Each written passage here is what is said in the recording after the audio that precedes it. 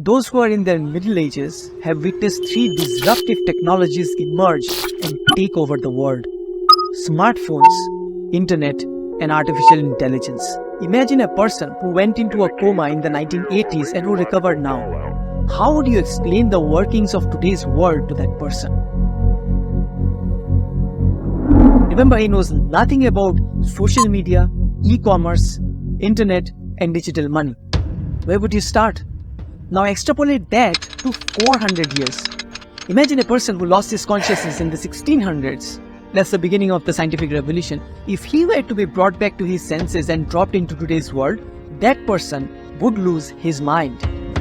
He would not be able to fathom the kind of progress, the kind of change that has happened over the last 400 years because of the scientific revolution. On the other hand though, you could take someone from the 1500 BC and drop him into 1500 AD, and that person would survive, would make do just fine, even though the jump is a 3,000-year-old. The crucial difference is those 3,000 years did not see the scientific revolution.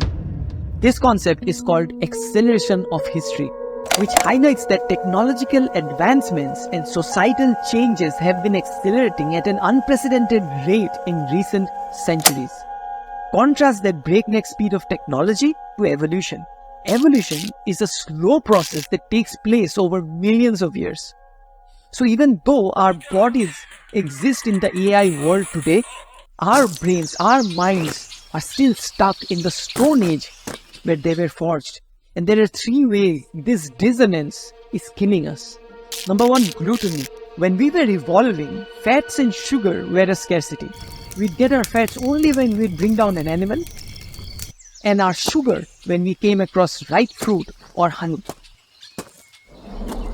Since these were not an everyday event, our brains learned to have its fill during availability. Today, fast food preys on our most primal desire for fats, salt, and sugar. And we just cannot stop. We eat our way through clogged arteries, diabetes, and obesity until we are stopped by a heart attack. We aren't dying of scarcity anymore. It is the excess that is killing. Number two, lifestyle. Our hunter-gatherer ancestors roamed untamed landscapes, their bodies tuned to the rhythm of nature's symphony. Today, we rot in the confines of a sedentary existence, our spirits restless within the walls of a stagnant world. As a result, we suffer from a stiff neck and we nurse an unfortunate soul that never knows what it's missing. And then the most dangerous of all, pornography. Amidst this hopelessness links the siren song of pornography that seduces with its promise of instant gratification. It forgets to mention the lost souls caught in a wave of demotivation and despair.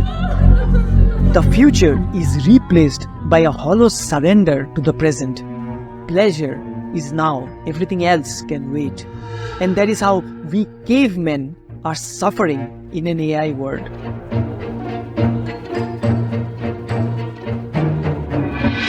But there is a solution, and it lies in the problem itself. We cannot leave for the Himalayas tomorrow, but we can appreciate the evolutionary reasons that shaped us. We cannot dismiss the primal cravings from a million years ago, but we can treat ourselves better given the changed times and circumstances of today. Acceptance heals everything. Perhaps the next time we feel an unreasonable urge, we can close our eyes and think of our alter ego. Our alter ego from the hunter-gatherer world, who is looking at us and urging us to do the right thing, just like they did in a hostile forest a million years ago. We are their descendants. We can make it happen.